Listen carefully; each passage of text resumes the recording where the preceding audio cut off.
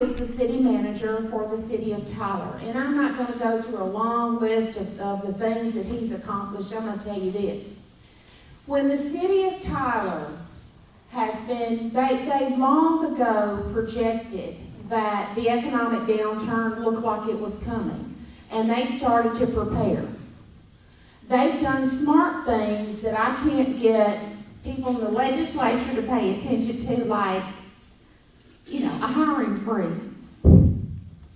And so, Mark, I'll tell you another thing about him is that when he had the opportunity to take a raise, because the employees of the city of Tyler had not had a raise, could not get a raise because of the economic contraction and because of the cost cutting they were doing, Mark McDaniel refused his raise.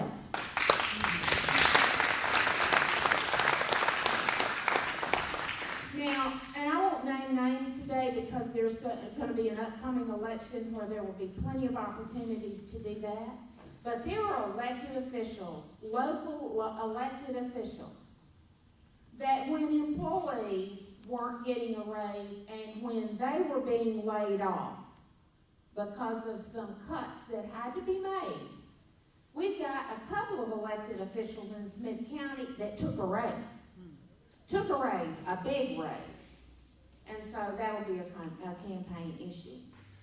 But Mark is going to be up here in just a little bit. He's going to tell you about some of the things the city is doing through its blueprint business plan to make sure that they're delivering to the citizens of Tyler and to folks who pay the half-cent sales tax like we do. We don't live in the city of Tyler, but we pay sales tax. What they do to do their very best to deliver the highest quality services at the very best price. Now, is Mark going to tell you that they're perfect? Nope. And do we agree with them probably on everything? Nope. But you know what? We want to highlight success in government, taking smart business principles and putting those successful business principles into government so that it works for you. So, Mark McDaniel.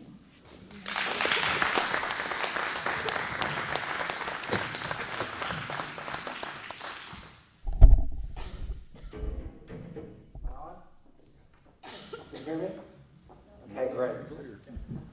It's great to be here. I always enjoy my conversations with Joanne. She's been in my conference room many times talking about many issues, not just local items, but also at the state level.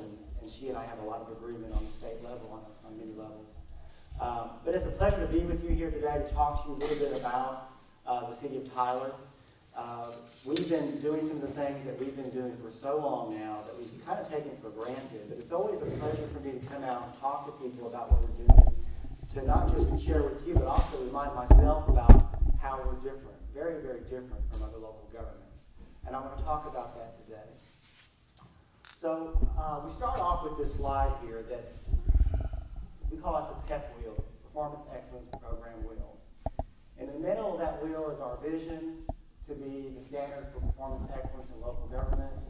And then around that we have these gold and yellow. The red items are what we call our toolbox, the many programs that we have that are a part of our performance excellence program.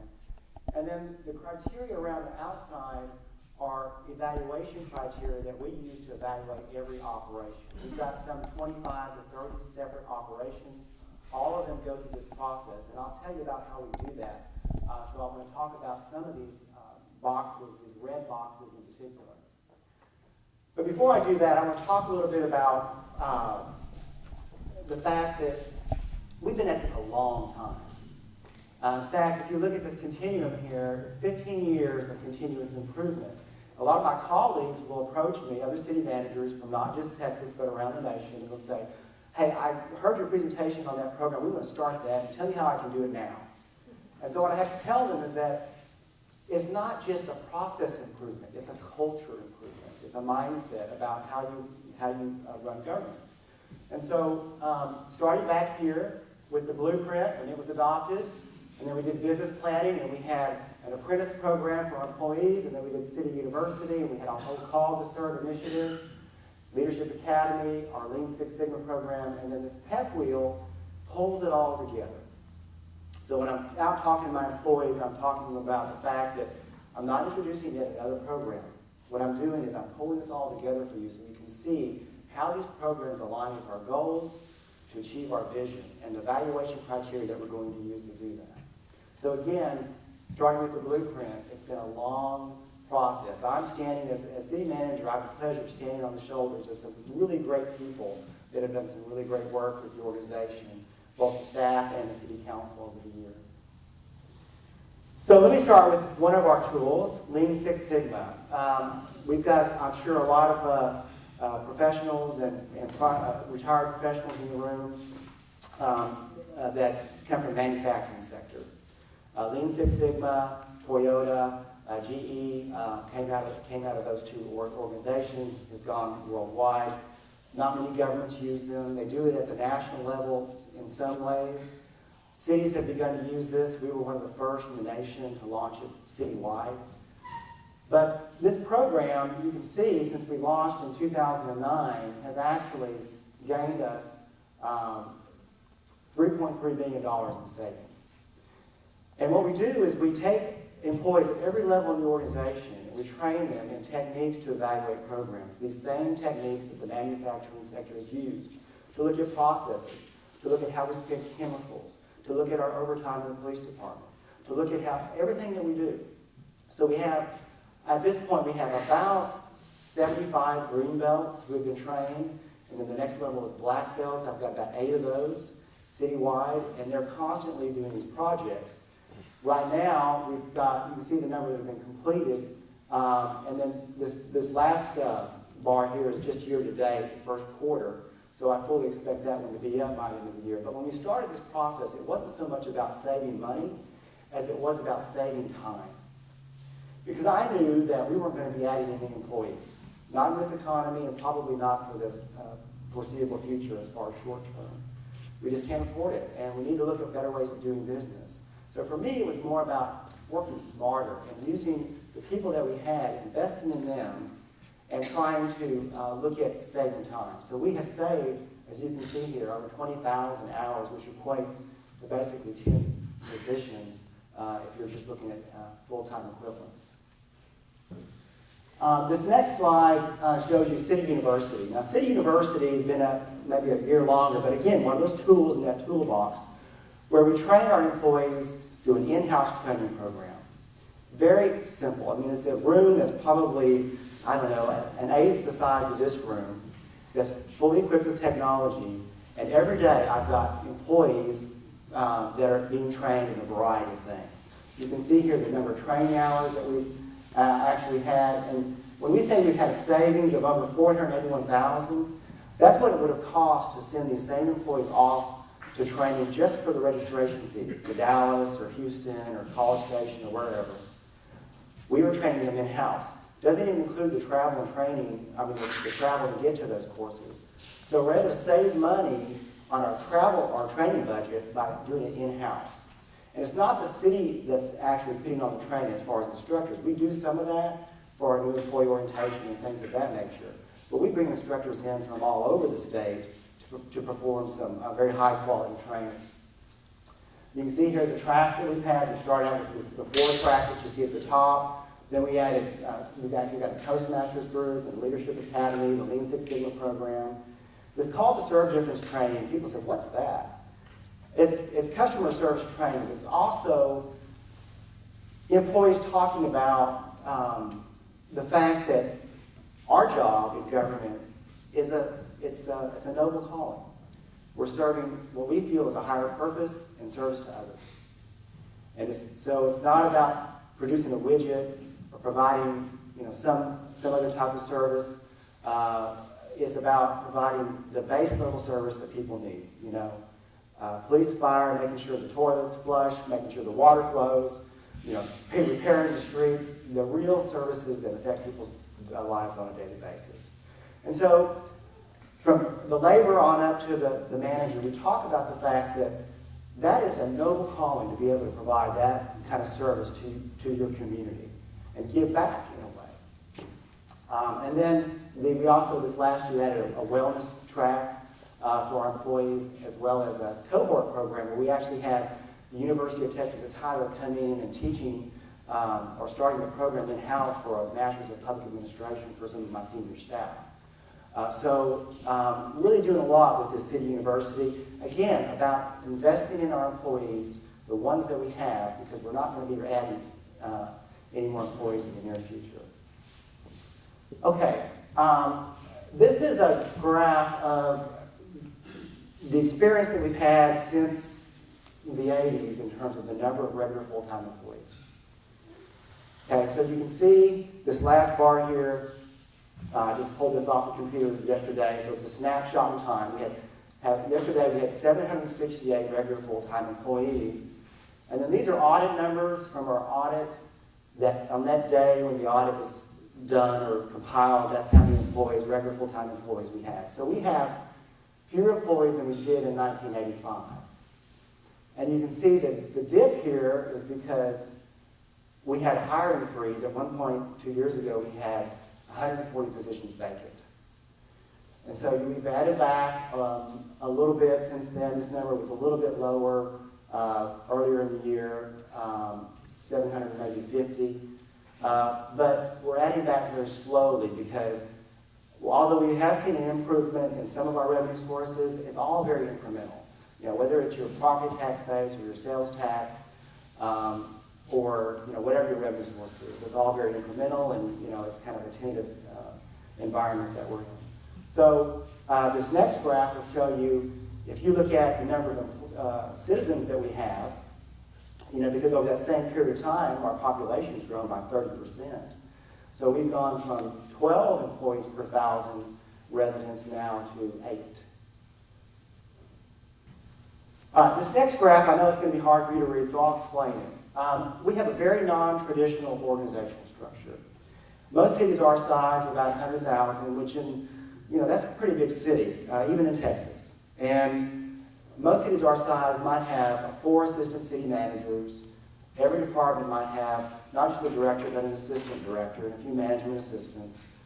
So we don't have that. Back in the 90s, with the ushering in of the blueprint, we slashed about 60 positions out of our organization even back then. And we cut a lot of layers out of the organization, so our organization is very flat. I have about 12 to 14 direct reports, if you want to include my secretary and another person. And we expect the managers to run their departments, run them well, and if there's a problem, we've got processes in place, whether it's our business planning or Lean Six Sigma and other things, an internal auditor, to make sure that they're doing things right. So we don't have all the layers. The disadvantage there is our bench isn't very deep, but that's why we have the Leadership Academy, and that's why we have City University, so that we can do that succession planning, so when someone retires, you have somebody ready to step up.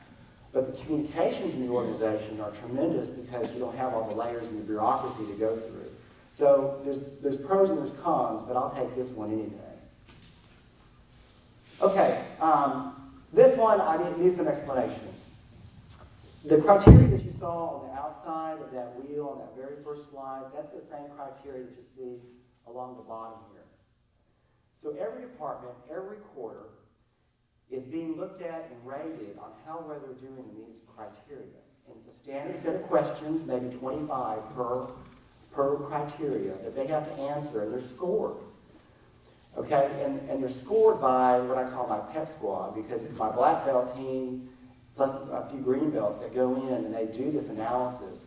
So we're auditing our operations, not just our finances, but our operations every quarter.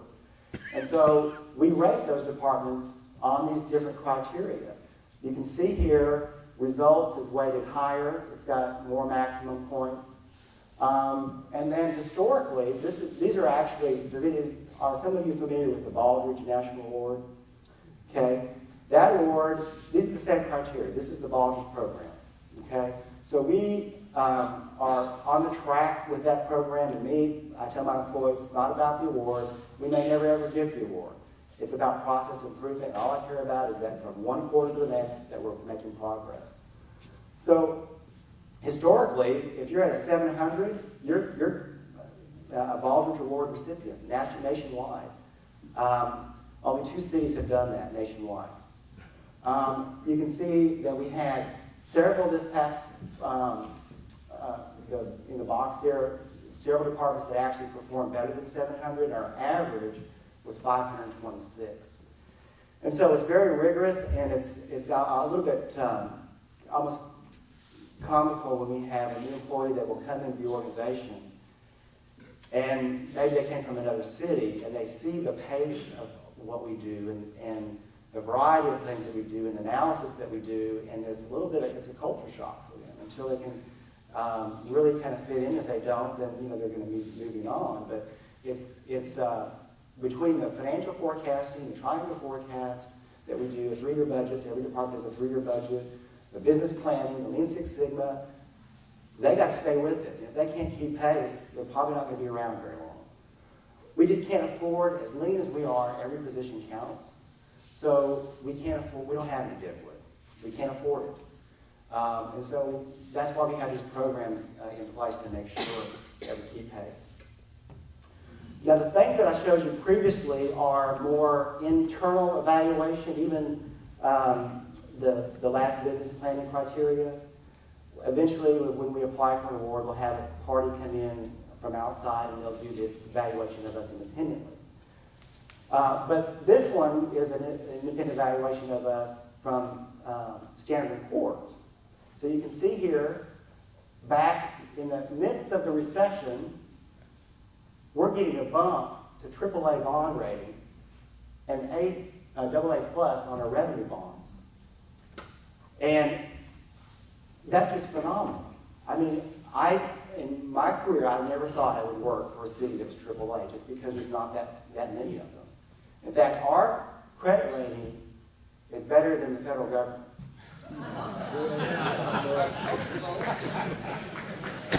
They're AAA, but they're on watch. Don't loan them any money. Yeah. So you can see, I mean, it's just, for that to happen was pretty incredible. And in fact, this AA plus on our utility revenue bonds is likely to go to AAA here in the near future. We've been doing a lot of work on that. And they look at the local economy and how diverse you are, but they also look what's the stability of your government. What is the education level of your staff? What kind of reserves do you have? What is your debt ratio? All those things. And that's why you can see here that we're at the AAA. Okay, let's talk about some of the impacts of the way that we do business. And again, you can't look at this in the last year or the last 5 years. This is a 15-year and longer culture that's been building. Here's what's happened to the City of Tyler tax rate. We were high if you combine the portion that goes to operations and the portion that goes to debt, the total would be about 53 cents. And then we've come down to, in 2008, we paid off all of our debt, and you can see now we're at 20 cents. So overall, appreciate that. Again, I'd like to tell people and remind people that this is not something that has happened overnight. It's been a very long process. A lot of this was because of the adoption of the passive sales tax, so that we pay cash for our capital improvements. And we'll talk about that in just a minute. But you can also see here that the blue portion of the bar has gone down. So that means that the overall portion of the tax rate that goes to operations has also gone down, and we're a leaner operating government. Now, this next slide shows you the impact of that tax rate reduction. You might say that we've had a cumulative savings of over $243 million in savings since 1994. And this is as if the 53-cent tax rate had been in place every year since the tax rate has gone down. So if you just carry that tax rate across, this is what most cities do, right? They'll pay off their debt, and as they pay off debt, they'll load more debt so that they have try to have an even tax rate. So they replace old debt with new debt. That's just the way, it's like just the way you do business in most cities. And so we're saying that because we've cut our rate from 53 now to 20, over time you can see the savings to the community that we've just cut out of the budget. And this is carrying the assessed valuation going up at the same time, right? The bottom here you can see if your house was $150,000 back here in 1995 and it didn't appreciate or go down, and in 2012 it's still $150,000, your tax rate bill would have gone from $795 down to $312. All right, now, but this is the historical tax collections, right? Because the tax levy is the rate times the assessed valuation. So assessed valuation has gone up, and the tax rate has gone down. You can see here the impact early on in terms of collections, but we're just now getting back not quite to what we were collecting in 1995, despite the fact that values have increased dramatically in that period. So that's another way to look at it. Now here's the overlapping tax rate. The Tyler's at the bottom, the city of Tyler in the dark blue. Then you've got Tyler Junior College in the orange there, and then you've got Smith County in the light blue, and then you've got TISD in the red. So that's your tax rate, overlapping tax rate. You can see what's happened with Tyler. It's a small portion of the tax rate, but it's gone down. Some of these have gone back up, so, and then you have, TISD. It is what it is. This is a comparison to other cities that are peer cities, the cities that are similar size in Texas. And you can see at the bottom there what's happened with Tyler's tax rate. And then this is everybody else. So we're pretty much in the league all our own because we have paid off our debt and because we're leaner. Now, some of my colleagues will say, well, yeah, but you have that asset sales tax that, you don't have your debt and you just pay cash, and that's why your tax rate's so low. And I tell them, I said, okay, what about Lubbock? They have one too. What about Midland, Odessa, Wichita Falls? All those cities have asset sales tax too. But they're not where we are. They spend their asset sales tax in a different way. On economic development. Mostly economic development. Okay, then this is just a mean tax rate over that same period of time, just averaged. So you can see Tyler's average tax rate over that same period of time is 22, and then you can see everybody else. Okay, now I want to move on to prioritization of our capital planning. And I see Mr. Eisenbach's in the audience. He's actually on our half-cent sales tax board. So Rick, this is going to be a little bit, you've already seen most of this. So, but Rick does a great job for us, and we have a really terrific citizens group that works on that half-cent sales tax board. So I'm going to review the process that we use to prioritize our projects. Starting with the half-cent CIP, by our Articles of Incorporation, we have to do an annual work plan. And that's basically a process of looking and identifying any projects that are out there. And in our case, we do an open call for projects every year. And then we adjust that annual plan. Now, it has to be in the annual plan to be even on the 10-year plan. So we start with the annual plan. And then we have a 60-day period where even after the Half-Cent Board and the City Council says this is good, we like it, there's a 60-day review period. So there could be any adjustments thereafter based upon public input. Here's kind of our calendar. We're in the middle of this right now. We've had our open call for projects. We've had some open houses. We've got some more coming up, asking the public to give us input. And, we have 222 projects that we prioritize every year. A lot of those are not going to see the light of day. But we have to be open about it so that we make sure that we include all projects. And we want to live within our means, so we can only do so many.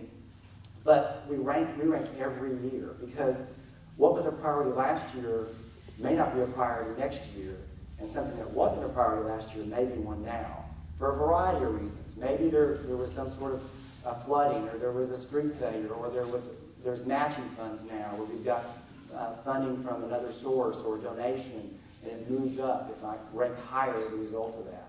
So every year, even though a project's already been ranked, we re-rank everything. And so this is just kind of reiteration of that.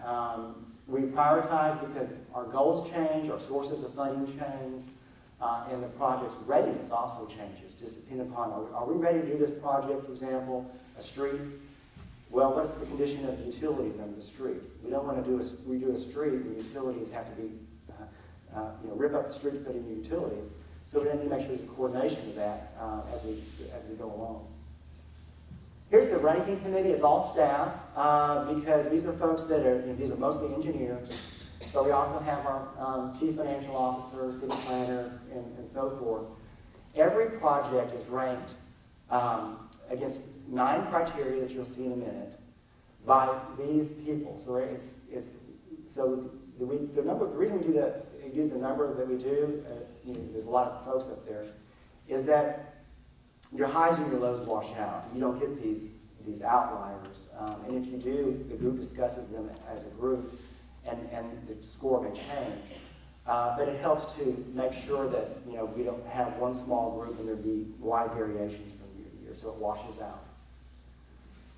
Here's our methodology that the council, the Hassett Board and the council has adopted. So here's the 9 criteria.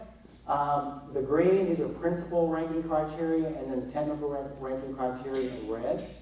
These are all weighted. So for example, transportation, circulation, and public safety rank higher at 25% than quality of life at 15%. And regulatory compliance is, it's going to rank higher at 35% versus timing and location. And then even as you group them, technical criteria is 40% of the score, and principal ranking is 60%. So the way this is set up is that if you've got a public safety or transportation project, and there's a regulatory compliance issue, that's probably going to go to the top. Okay? And so every project is ranked and averaged, it's all averaged by these 9, 10, 12 people that you saw just a moment ago. And we come up with this list of projects that are scored and ranked. Okay, then we developed a 10-year CIP, or capital improvement plan from that. And to do that, we first of all put together our cash flow analysis, because we do pay cash for our capital improvements with the housing sales tax. And so we'll do a 10-year forecast using some conservative assumptions in terms of growth. Like for this year, I think we may use 2% growth in sales tax, which we're a little bit above that right now. In prior years, it's been less than that. And as we go out, we might, maybe use 3, but we never go too far because this is a cash basis. We want to make sure the money's there if we let a project, right? So we have to be very conservative about how we let projects. So we look at the balance from the prior year, we plug it in, and we do the projections and see how much we can afford. And then we start taking those projects with number 1 ranking project, and it goes in there first until we run out of money in that year, and then the next project, and so forth. So we just build a 10-year plan off of our ranking and off of our cash flow analysis. And then in June and July, we then go to Hassett Board. We ask them, is this acceptable to you? Do you agree with this? Do you want to change anything? Because this is just a guide. They don't have to agree with it. It's a recommendation from the staff that this is what we think we should do. And then the Hassett Board considers it, and then they wait approximately 30 days before they make any recommendations, so they make sure that all their questions are asked and that they can follow up with the staff on those questions. And then it eventually goes on to the City Council for consideration as well. We do that every year. Even if a project's already been through the process 5 times, they're going to do it again next year because, again, things change. Okay, now I want to move on to utility CIP. Utility CIP is a little bit different in the way that we do that. We first of all look at, we do a rate study through a third party every 5 years to recalibrate kind of what our cash flow analysis is, make sure we have enough coverage ratio on any revenue bonds, and also make sure that we have enough capacity to pay cash for most of our capital projects, even in utilities. And so we'll do some long-range rate modeling based upon what we think those needs might be. And then you can see there the last one, assumptions include the use of cash, as I mentioned, to fund most of those projects. Okay, it's largely driven by regulatory compliance, TCEQ. They're doing inspections every year of our system, and somewhat the EPA. And then we also have a master plan for our water and sewer system and drainage system. And so we look at those priorities, and those priorities change every year as well. And because we try to pay cash for most things, if some emergency comes up, we may have to put a project off to the next year, living within our means because we can't do this project because we have this emergency. And then we also look at our cash flow analysis. This next slide is just basically the PEP wheel back again. As a reminder, the red are the toolboxes that we have in our toolbox. So that's the presentation that I had today as far as how we prioritize our capital planning, and also a little bit about our performance excellence program. And at this time, is it questions or?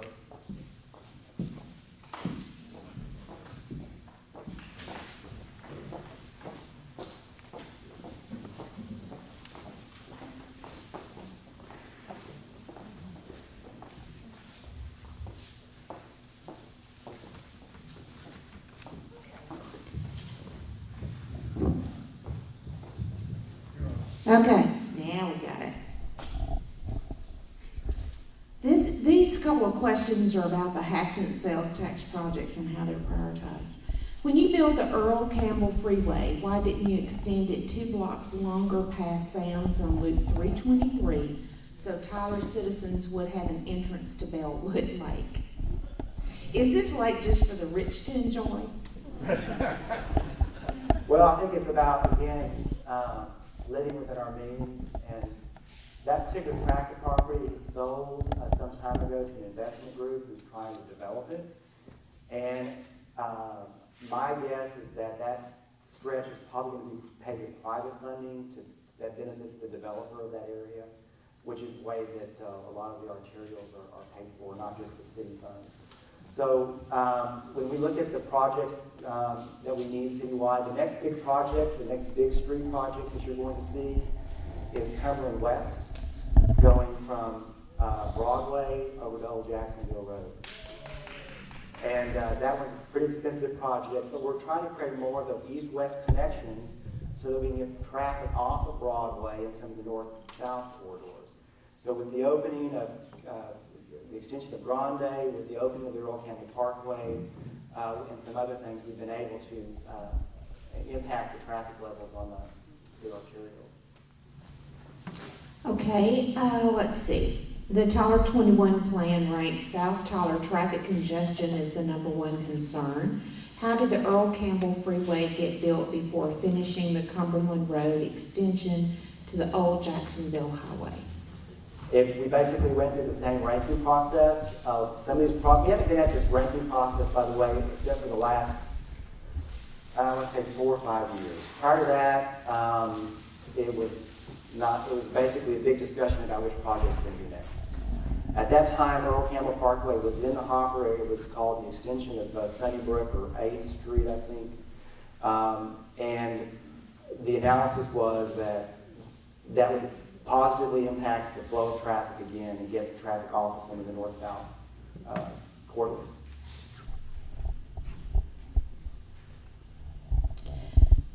Who or what organization introduced the planning template to Tyler officials for Tyler 21? The planning template. The Tyler 21, now we call it Tyler First,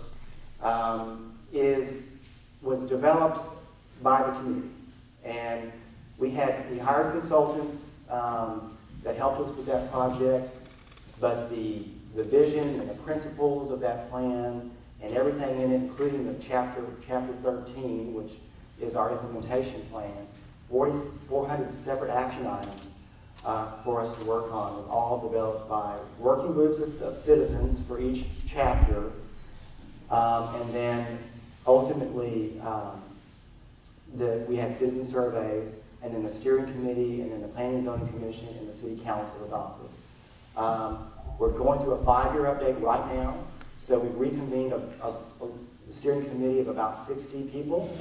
And it's not going to be a complete update or overhaul. It's just going to go back and look at what we said 5 years ago and what does today look like, because a lot's happened in the last 5 years. The world's changed dramatically. And so what was a priority then is it's still a priority now. We've already done our citizen survey to see what the priorities of our citizens are. With the scientific survey that we did, we'll do more town halls, we'll do more public meetings and so forth. So there'll be a lot more, continue to be a lot of public input on that process. Tell us information regarding the closing of the tower at Pounds Field. Okay, I think that's about the tower, the FAA tower. Our tower is actually run by contracted personnel or a company, whereas the Longview Tower is run by the FAA. And we've received notice that there's a chance that our tower may have to close because of the whole issue with the sequestration. And so we're now evaluating what we're going to do. Are we going to, well, first of all, we're going to fight it and talk about I think the national interest in us keeping it open because of being, we have planes land all the time. They can't land at DFW because of a storm or whatever. So we want to, first of all, tell our story. And if that doesn't work, we'll be looking at even maybe paying to run it ourselves, or maybe a hybrid of the two, or maybe train some of our own staff to do some limited things. Right now, if you come in on a late flight in Tyler, the tower's already closed. So we already operate the airport without towers sometimes. The radar is actually in Longview, and the tower operations may be in the Dallas area. But we can still continue to run the airport even if we don't have a tower in operation, but that's certainly not our first choice. This is an interesting question, Mark. Transportation now has route match, not route shout, on their computers in the office. Will this be available online to us, and if so, when? Yes. We've received some funding to do that, where the idea is that if we're talking about the bus system, that if you're waiting for the bus, right now people call the transit office because we have GPS instrumentation on every bus. So if you call, they tell you where your bus is and how long it's going to take to get there, roughly, based upon tracking. But you'll be able to see it on your smartphone. So you can just access it through the website and be able to see where that bus is in real time. Is it common practice throughout the state for cities the size of Tyler to have twice a week trash collection? Probably not. The citizen survey that I was telling you about earlier, the number one thing that people love about Tyler is their trash collection. That's great. Number 2 is police protection. Number 3 was low taxes. So, I'm not about to mess with the trash. I mean, really. We actually looked at that, though. One of these Lean Six Sigma projects, we looked at going to once a week and what savings we would have. And, of course, you've got the wear and the tear on the streets and so forth. You've got to consider all that. But we have these people on staff 5 days a week, and if we're only picking up trash 2 days and recycling once, then what are we doing with the people during those other periods of time? You still have to have roughly the same number of people to do it on the days that you do pick up. We do employ a lot of temporaries, though, when we need them to fill in on the garbage collection. But as I explained it to one council member when we were looking at all this, I said, do you really think that the public would be happy with trash collection once a month and the rates to stay the same? Because it was, at the time we were looking at a 5% rate increase in garbage rates. And I said, they're going to expect a cut. If we cut their service to once a week, they're going to want that cut. Right now they love their service, so let's not mess with it. So that's kind of why we are where we are. Okay, I can answer this question for whoever wrote this. Can we get the city of Tyler to do budget oversight over the school district? They don't have any jurisdiction. And I will withhold any editorial comments at this time. Can anything be done about the noise the Encore plant makes on Grande and Rose Quarter Road? I'm not sure. That's the first that I have heard of that. And I'll be glad to check into that. Was Tyler 21 a local idea? Yes. And I know where that question is coming from, so let me just kind of take it head on. We've all heard about Agenda 21. I didn't hear about it until somebody brought it up, and we were already done with the Tyler 21 process. And I don't even know what's in it. I've never even read it. 21 means 21st century, so there's a lot of plans out there that have 21st century associated with them. And so, just so there was no question that it had nothing to do with Agenda 21, we renamed it because it's a local plan, started with our citizens.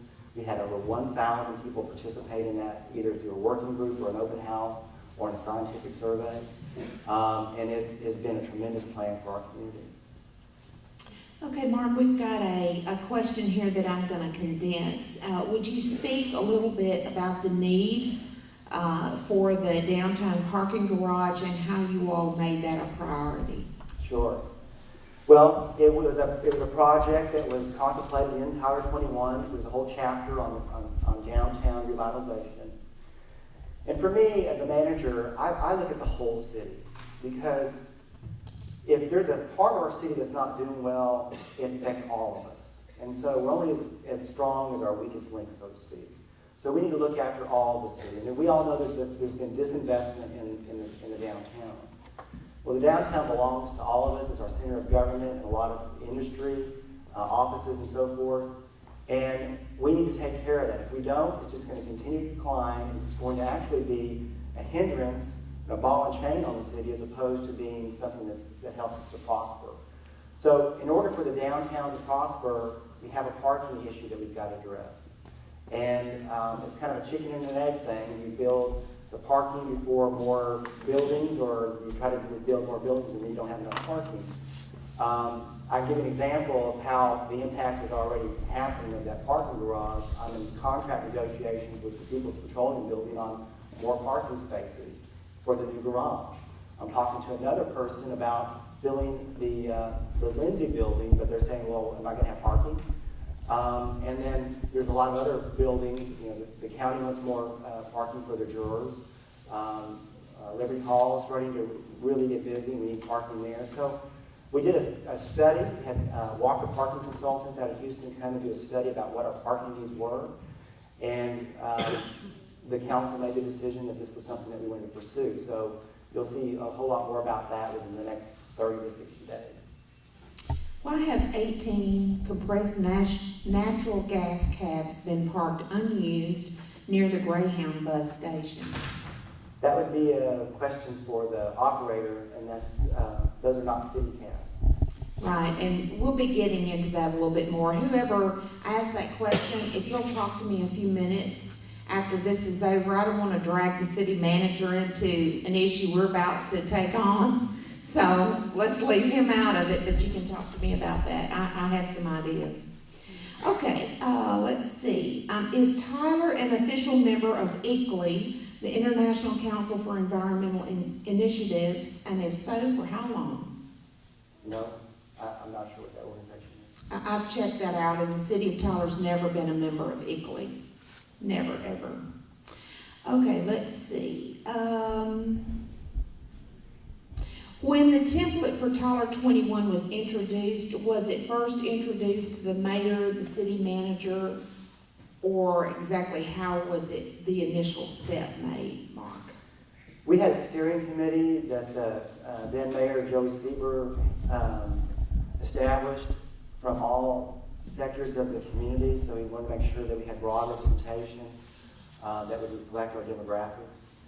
And the group was about, again, almost, I don't remember, 30 to 50. And they mapped out about which chapters.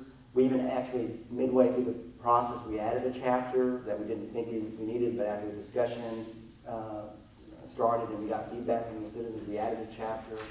On this next update, for example, we're looking at a new chapter on education, even though the city's not responsible for education. We feel like education impacts all of us, and we just can't ignore it. We want to try to help improve our public education system. So we're probably add a chapter on education and tweak some other things. Okay, this one is kind of long, Mark. We've had 4 major alcohol-related traffic accidents in the past 3 years at our intersection, and it doesn't say which, in Tyler. We know the insurance companies have settled with the city for street, curb, and utility damages. But when we ask the city, we're told to fix damages ourselves. Who is really in charge of fixing streets? Is there a diversion of funds? And where are they going?